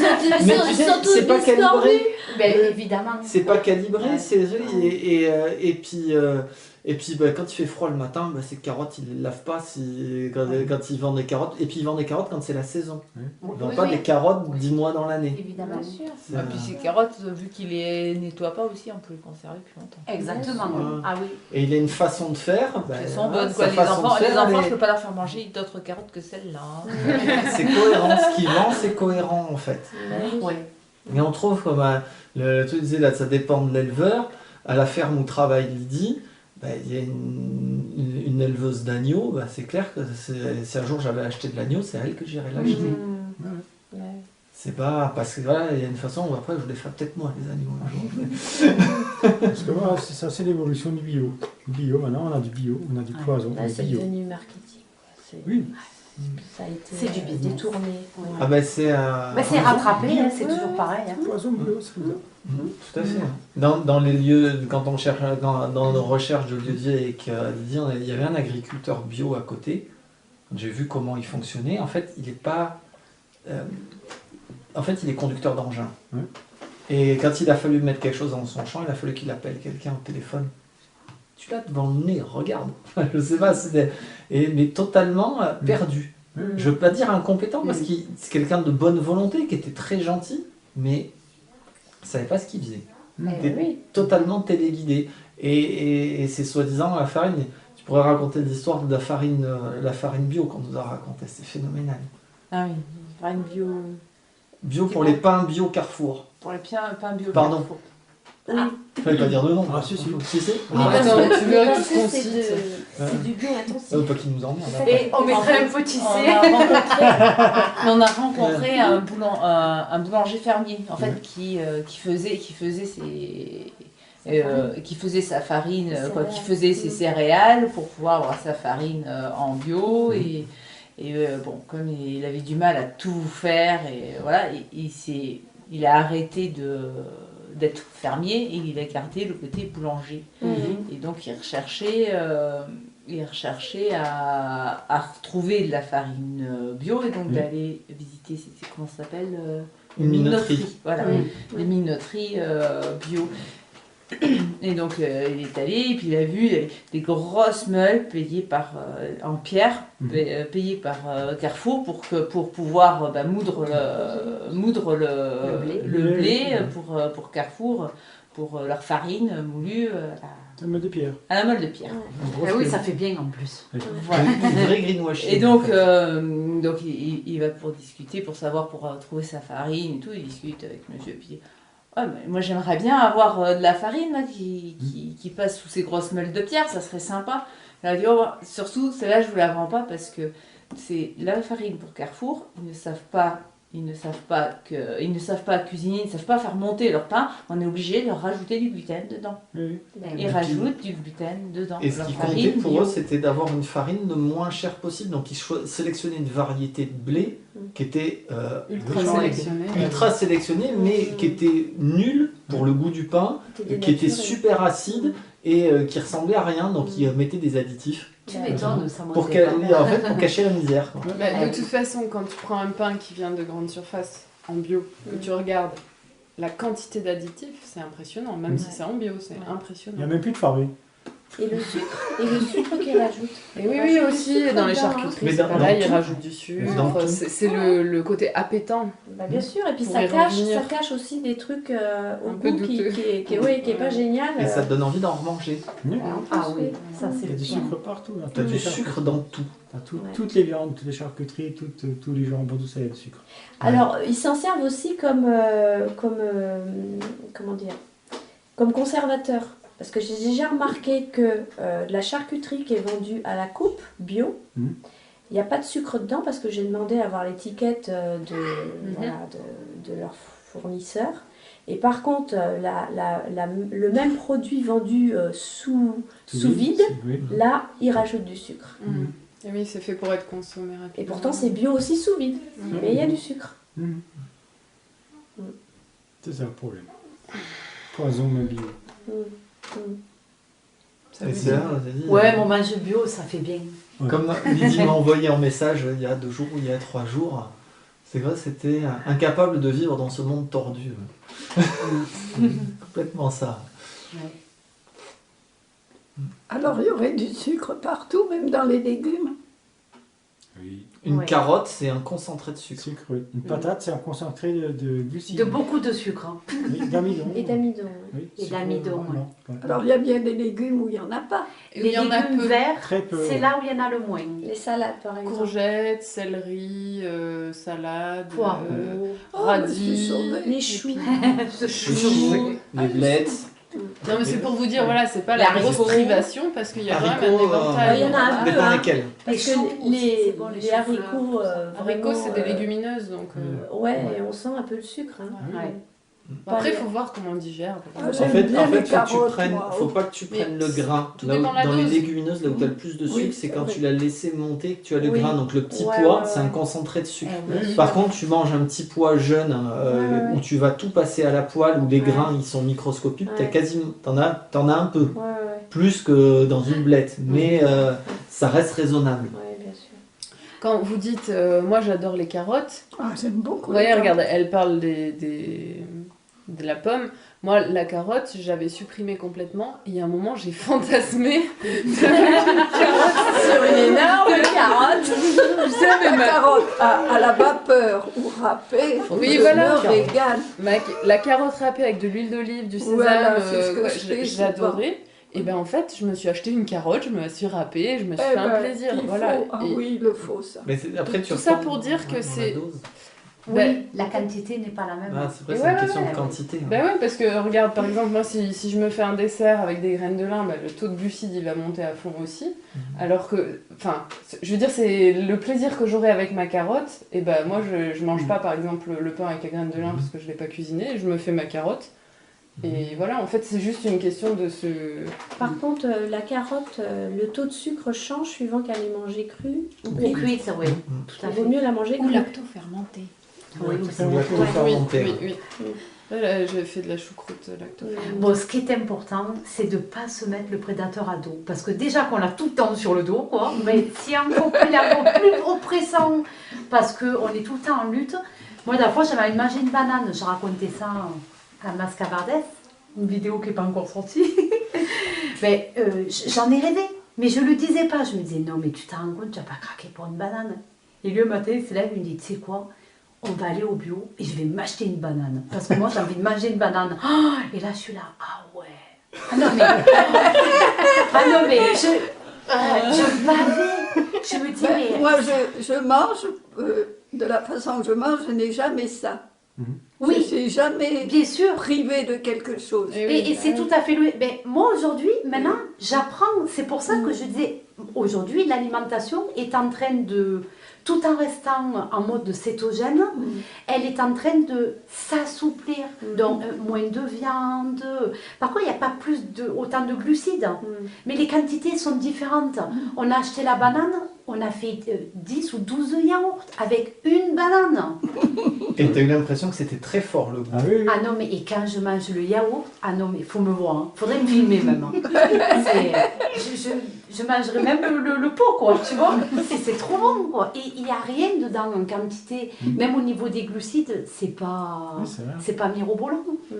Et là, sur le coup, ben, on a dû s'acheter plusieurs fois 3 ou 4 bananes depuis qu'on s'est dit qu'on remange de la banane. Mais là, c'est bon. Je peux manger de la banane, mais j'ai plus ce truc, je vais manger une banane à Ah, côté, quoi. Moi, je suis accro à la pomme. Ah oui, des pommes, oh là là. J'en ai C'est fait jusqu'à les indigestion. pommes m'ont sauvée étant Ouais. enfant. Ma grand-mère m'avait m'avait envoyée chez une fermière parce que j'étais toujours malade. Et la fermière, dans sa cour, avait un pommier. Je dormais dans le pommier et quand j'avais faim, je tendais la main et ça m'est resté le goût de la pomme. Ah oui. Pour me passer d'une pomme, ça serait vraiment très À dur. l'époque, c'était des vraies pommes. Aujourd'hui, c'est plus des pommes. Elles étaient nutritives. Oui, C'était à l'époque, des c'était. semblables de pommes. À l'époque, ces pommes, c'est des anciennes. Aujourd'hui, on les appelle les anciennes pommes. Et c'était des pommes qui étaient très fortes en vitamines. Il y avait beaucoup de vitamines et de vitamine C. Ils étaient beaucoup moins riches en sucre. Aujourd'hui, les pommes, c'est des concentrés de sucre. Point. Et quand je suis revenue à ma grand-mère, elle me dit « Ah, elle a les joues un petit peu roses. Ouais. J'étais sauvée pour le pour l'instant. Et je mets ça sur le dos des pommes. Et depuis, j'aime les pommes.